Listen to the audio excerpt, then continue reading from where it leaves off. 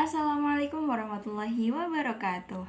Halo teman-teman semua, selamat datang kembali di PBK Podcast bersama KWU Visioner Matematika. Podcast seru membahas tentang dunia entrepreneurship. Halo teman-teman semua, gimana nih kabarnya hari ini? Semoga teman-teman semua dalam keadaan sehat dan pastinya bersemangat ya. Seperti kata pepatah, tak kenal maka tak sayang. Jadi, sebelum kita lanjutkan podcastnya, kenalan dulu yuk sama kita. Perkenalkan, saya Apriani dan rekan saya Nurul. Senang sekali bisa berada di sini untuk berbagi pengalaman dan wawasan tentang memulai usaha sebagai young entrepreneur. Ngomong-ngomong tentang memulai usaha nih ya, ada beberapa strategi penting yang harus diperhatikan oleh sobatpreneur dalam memulai usaha. Apa aja sih, Apri? Oke, yang pertama, coba kenali diri sendiri dan target pasar. Kita harus tahu apa yang kita kuasai, apa yang kita sukai, dan apa yang dibutuhkan oleh target pasar. Dengan memahami hal-hal tersebut, kita akan lebih mudah dalam menentukan jenis usaha yang akan kita jalankan. Wah, oke. Selanjutnya, yang kedua, buat rencana bisnis. Setelah menentukan jenis usaha, kita juga perlu membuat rencana bisnis, di mana ini akan menjadi panduan kita dalam menjalankan usaha.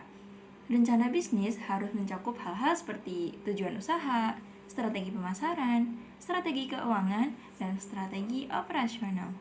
Oke, kemudian dapatkan dukungan. Dalam memulai usaha, dukungan dari orang lain sangatlah penting. Kamu bisa mendapatkan dukungan dari keluarga, teman, ataupun mentor.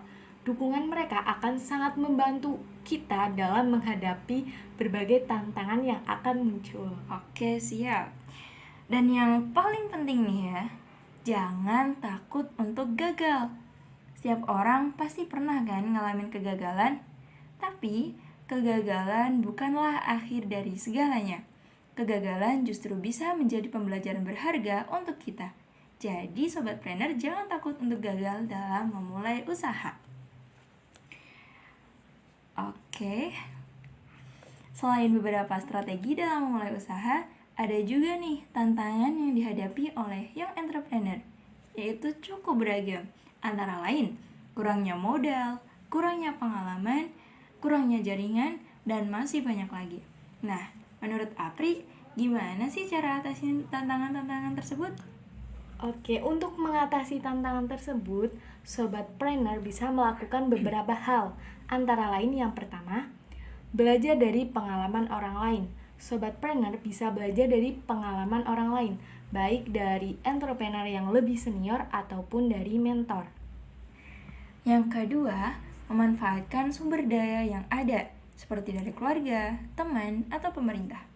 Kemudian yang ketiga, membangun jaringan atau networking dengan orang-orang yang memiliki potensi untuk membantu kita dalam mengembangkan usaha. Wah, menarik sekali ya.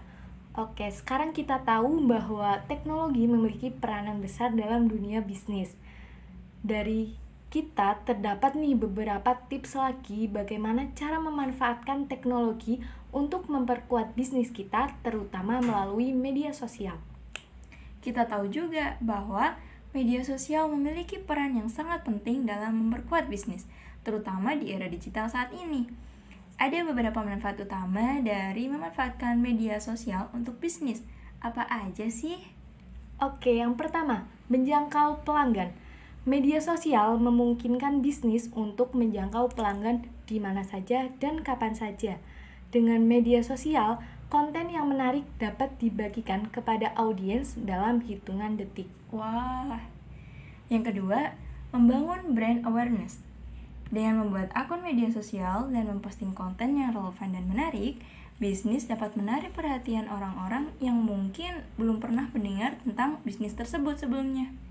Oke, untuk yang selanjutnya, membangun koneksi dengan pelanggan.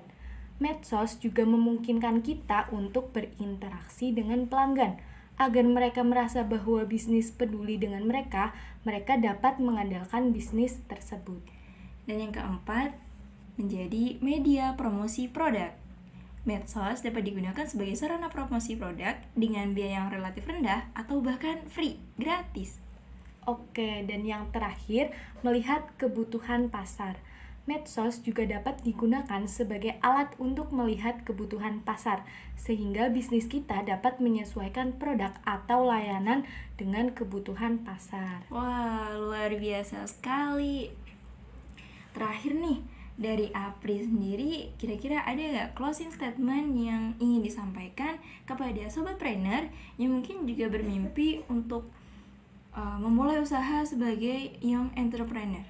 Oke, sedikit closing statement dari saya. Ingat bahwa jangan lupa untuk selalu terbuka ketika belajar. Dalam dunia bisnis, itu akan terus berubah dan kita perlu beradaptasi. Jangan takut untuk mengambil resiko dan selalu memiliki sikap positif meskipun menghadapi kesulitan. Masya Allah. Itu dia ya teman-teman, obrolan inspiratif kita hari ini. Mungkin kita cukupin aja gak sih? Boleh?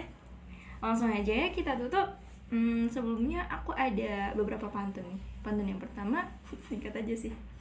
Teh yang is eating bakwan. Thank you everyone. Semoga podcast ini bermanfaat bagi kita semua. Jangan lupa untuk terus belajar dan berkembang. Sampai jumpa di episode berikutnya.